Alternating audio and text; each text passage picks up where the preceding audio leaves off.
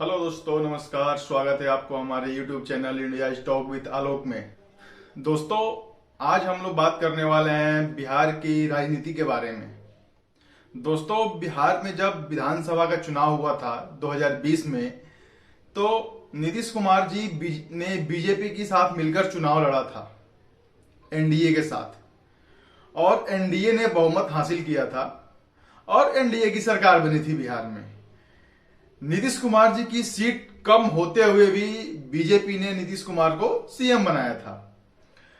2020 से 22 तक, अभी 10 से 15 दिन पहले तक बीजेपी के साथ सरकार चलती रही और अभी फिलहाल बीजेपी के साथ सरकार तोड़ करके नीतीश कुमार जी तेजस्वी के साथ मिलकर के सरकार बना ली है, राजद के साथ में मिलकर के।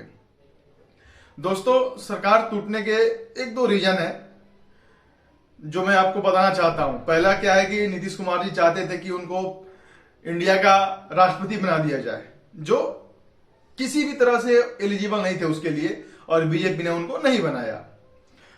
दूसरी बात, फिर बाद में उनकी डिमांड थी कि उनको वाइस प्रेसिडेंट बना दिया जाए, उप राष्ट्रपति बना दिया जाए भारत देश का, लेकिन ऐसा नहीं हुआ। और भी तमाम तरह की कई कारणें होंगी जिससे नीतीश कुमार जी खफा हुए और बिहार में बीजेपी का साथ छोड़ करके दोबारा जाकर के उन्होंने तेजस्वी के साथ मिलकर के सरकार को बना लिया। दोस्तों, ये राजनीति है, राजनीति में ऐसा होता रहता है, कोई नई बात नहीं है।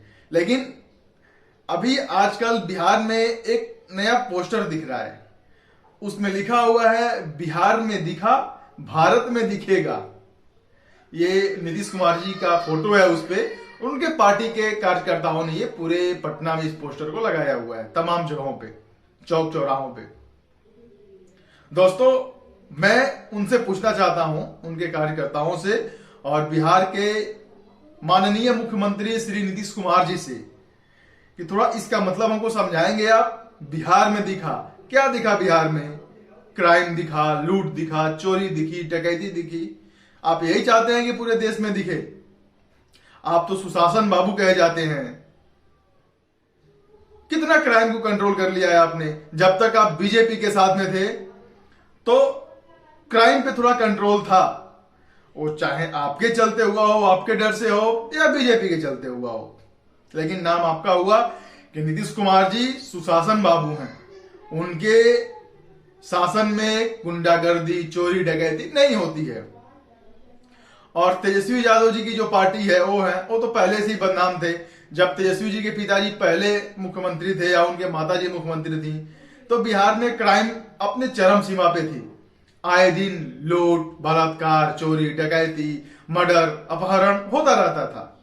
जब से सुशासन बाबू आए, माननीय नीतीश जी, चाचा जी, तो थोड़ा इस पे लगाम लगा। और जब उन्होंने पुनः सरकार बनाया राजद के साथ में, तो जब से उन्होंने दोबारा सरकार बनाया है दोस्तों, 10, 15, 20 दिन पहले, उसके बाद से कोई ऐसा दिन नहीं है कि बिहार में 2 से 3 मर्डर नहीं होता हो, चोरी नहीं होती हो, डकैती नहीं होती हो। दोस्तों, ना ही मैं नीतीश जी का सपोर्टर हूं, ना ही मैं तेजस्वी का हूं, ना ही मैं बीजेपी का सपोर्टर हूं। लेकिन मुद्दा यह है कि अब आपकी सुशासन कहां गई नीतीश बाबू? आपको ये मालूम था कि राजद की सरकार बनते ही बिहार में ये सब चालू हो जाएगा, फिर भी आपने अपने कुर्सी के लालच में बिहार के लोगों का भविष्य को अंधकार में डाला और जाकर सरकार बनाया राजद के साथ में, जिसका परिणाम आपको दिख रहा है। आए दिन हत्याएं हो रही है, कभी किसी मुखिया का हत्या हो रहा है, कभी किसी पत्रकार का हत्या हो रहा है, कभी किसी आम आदमी की हत्या हो रही है, कहीं चोरी हो रहा है, कहीं किसी को धमकी दिया जा रहा है फोन से। यही आपका सुशासन है? इस पे लगाम लगाइए नीतीश बाबू। आपकी सरकार बनी राजद के साथ में, उसके बाद में बिहार में छात्रों की पिटाई हो रही है। पहले आपने सीटेट पास अभ्यर्थियों को पिटवाया, अभी बीपीएससी के कैंडिडेट्स को पिटवाया आपने।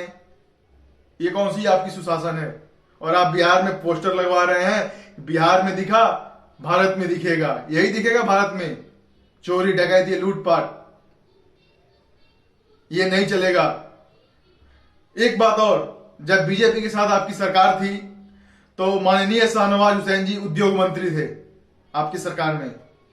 वो बहुत ही अच्छा काम कर रहे थे। उनके चलते काफी सारी कंपनियां बिहार में आने को तैयार थी, बहुत सारे इन्वेस्टर बिहार में आने के लिए तैयार थे, बहुत सारी कंपनियों का काम चालू हो गया था, इथेनॉल प्लांट चालू हो गए थे, चालू होने वाले थे, 15 से 20 इथेनॉल प्लांट चालू होने वाले थे। बहुत सारे इन्वेस्टर और भी आ रहे थे। अब एक भी नहीं आएंगे, क्योंकि उनको मालूम चल चुका है कि बिहार में जंगल राज रिटर्न हो चुका है। तब उनके अंदर भी कहीं ना कहीं एक डर बैठ गया है कि जो सरकार लालू की थी, जब जैसे चोरी डकैती हत्याएं फिरौती चलती थी, वो सेम अभी चालू हो गई है।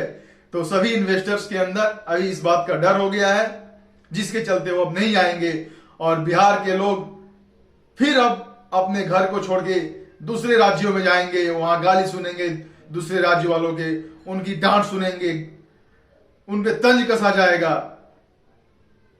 क्योंकि बिहार में क्राइम चरम पे फिर से हो गई है, जिसके चलते कोई इन्वेस्टर नहीं आएगा, और इन्वेस्टर नहीं आएगा तो बिहार में नौकरियां नहीं मिलेंगी, रोजगार नहीं मिलेगा। तो जो हमारे मजदूर भाई हैं या जो पढ़े लिखे लोग हैं, जो प्राइवेट नौकरी करते हैं, उनको बिहार से दूसरे राज्यों में जाना पड़ेगा और दूसरों की गालियां मार सुनना पड़ेगा उनको। नीतीश कुमार जी, आप सुशासन बाबू कहे जाते हैं, तो उसको आप समझिए, अपने छवि को खराब मत कीजिए। आप बहुत ही ईमानदार मुख्यमंत्री हैं, आपके ऊपर एक दाग भी नहीं है, लेकिन आपने गलत डिसीजन लिया और फिर से बिहार में जंगल राज का रिटर्न हुआ। फिर से वही जो आज से 15-20 साल पहले हुआ करता था कि लोग घर में से निकलना 3 बजे 4 बजे के बाद नहीं चाहते थे, वही अब होने लगा है। अब सुनने में आ रहा है कि गांव गांव में डकैती चोरी मर्डर हो रहा है, लोग डर से अपने घर से बाहर नहीं निकल रहे हैं। तो इसको रोकिए, इसको लगाम लगाइए। और जो आप ख्वाब देख रहे हैं ना 2024 में प्राइम मिनिस्टर बनने का, प्राइम मिनिस्टर ऐसे नहीं बनिएगा, क्योंकि उसके लिए काफी साफ सुथरा छवि चाहिए और आपके छवि पे दाग धब्बा लग गया है चोरी डकैती बेईमानी का। इसके लिए आप क्राइम को कंट्रोल करिए, निर्दोषों पे लाठियां मत चलवाइए, तभी जाके कहीं ना कहीं आप सुशासन बाबू फिर से कहलाएंगे। नहीं तो आप में और लालू में और राजद की सरकार में कोई फर्क नहीं पड़ेगा। जैसे उनके सरकार में चोरी डकैती हत्याएं रेप होती थी, वैसी आपकी सरकार में भी होगी। इसके लिए इस बात को ध्यान में रखते हुए आप बिहार में फिर से कानून बहाल करिए और अपराध को रोकिए। धन्यवाद।